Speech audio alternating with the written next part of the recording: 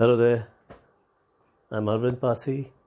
This is my home, my study, lots of books, and the time is when we are all bothered about what to do during this COVID-19 lockdown. Read books, it's one of the alternatives. And okay, let me start with this one. It's always good to start with fiction. Non-fiction is obviously there. This book, Kanpur Khufia Private Limited by Richa Mukherjee, is published by Fingerprint. And this book, you see, is a story of a small town detective, a missing movie star, and a dangerous criminal. But the writing style flows on effortlessly, seamlessly, and you never feel that you're not reading a book written by an Indian author writing in English. You at once feel connected to the entire tale.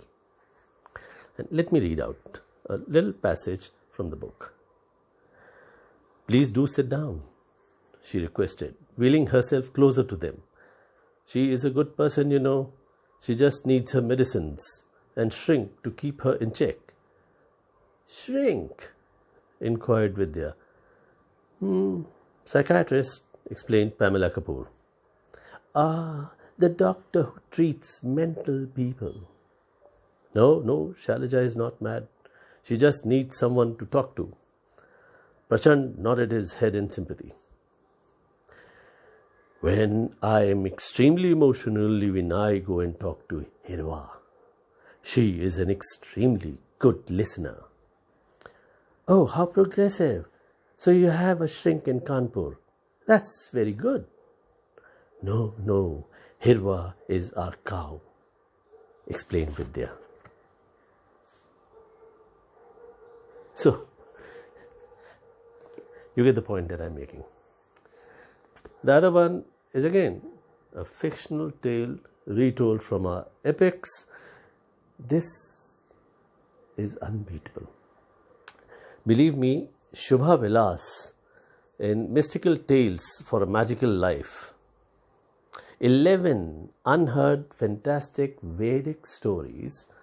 This is published by Fingerprint, worth every little paisa that the book may cost, because of one simple reason, that these are not just tales that you are hurriedly asked to finish.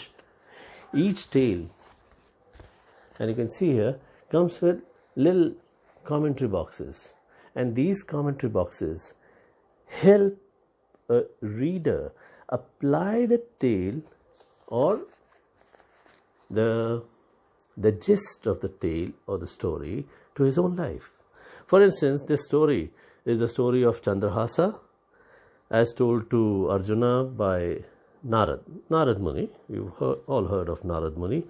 And the story talks about a child being born in Mool Nakshatra. I'm not reading out the story, but then when the child is born, his father, King Sudharmika, he dies. Then there is a sudden and brutal attack that leaves the kingdom devastated. Now all this, when this news reaches the queen, she dies, unable to bear the separation and the devastation to the kingdom, of course. To save the orphaned newborn from the enemies, a nanny fled with him to the kingdom of Kuntalpura. Now, if this part of the tale has to be put into a boxed text, this is how the author says. Now, this is what I'm going to read. "Every good news has a piece of bad news in it, and every bad news has a piece of good news.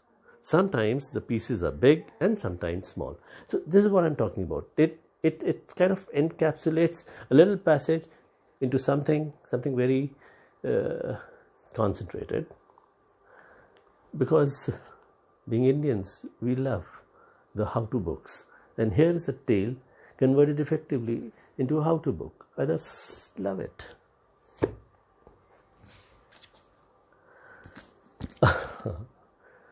I don't even have to convince you to read this book.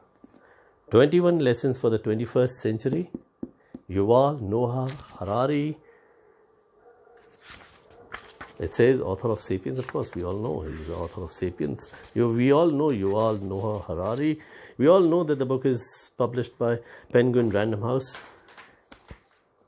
And what is equally important is that this book, you open up any chapter, the entire chapter could be a quotable chapter. It's like each segment of the book is full of sentences, thoughts, ideas that we can pick up and share. One of the shareable ideas, which is relevant to these times, of course, especially in times of emergency such as war or economic crisis, societies must act promptly and forcefully, even if they are not sure what is the truth and what is the most compassionate thing to do. They need clear guidelines, catchy slogans, and inspiring battle cries. I am sure the Prime Minister has read this chapter. We are getting all the relevant battle cries, we are getting all the catchy slogans, and I guess the guidelines are almost there.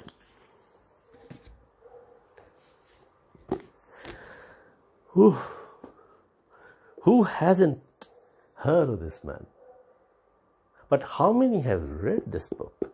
Now this book, Gopalganj to Raisina, My Political Journey, written by Nalin Verma, is the story of Lalu Prasad Yadav, published by Rupa Publications. And like him, from page 1 to the last page, the book is hilarious. It's completely hilarious. And of course, political. Why I say political is because of content like the one that I'll read out. Lalu says, and obviously Nalin Verma writes, I told Advani, you have demolished the mosque. You will never become the Prime Minister. Today, let me warn Modi. You are sitting on a heap of shattered hopes of the people, lies and failed promises. You will be crushed under that heap. Not sure about that, but I'm very sure that this book is very readable, extremely readable.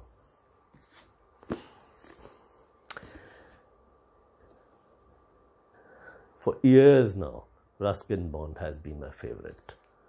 Years. Nobody can beat Ruskin Bond. And this book, published by LF Books, Rhododendrons in the Mist, My Favorite Tales of the Himalayas. And as the blurb here says, the first half of the book is devoted to unsettling, sometimes terrifying stories of murder, mystery, and the supernatural. But once you cross around 100 pages, things get easier, much easier. And here we have Ruskin Bond talking about Barog. Oh yes, if you've ever been on that toy train to Simla, one of the stations is Barog. Barog has a ghost story attached to it, of course, but these little stories, like this story is Breakfast at Barog, and the way Ruskin Bond writes, you feel that as if you are there with Ruskin Bond. And the last paragraph, the concluding paragraph of this story, Breakfast at Barog, goes on like this. They say you should see Venice before you die, or better still, Varanasi. But I'll settle for that little station among the pines. And if my father is standing on the platform, waiting for me, ready to take me by the hand, I'll be a small boy again. And that rail car will take us to a different destination altogether. Stories that can be read not once but many times. You know what? I could go on and talk about, pick up a book and talk about the book. I know I have not read all of them. And but as you can see, we have one last alternative, the Kindle. And as you can see, the spine, it tells you that this Kindle has been opened thousands of times. The books contained in this Kindle are probably more than 1,500. So we have the e-book route, the printed book route. Personally, I prefer holding a book in my hands and reading it. It could be a massive hardbound like this one. That's fine. Well, all the best. Keep reading, because reading is what keeps you alive.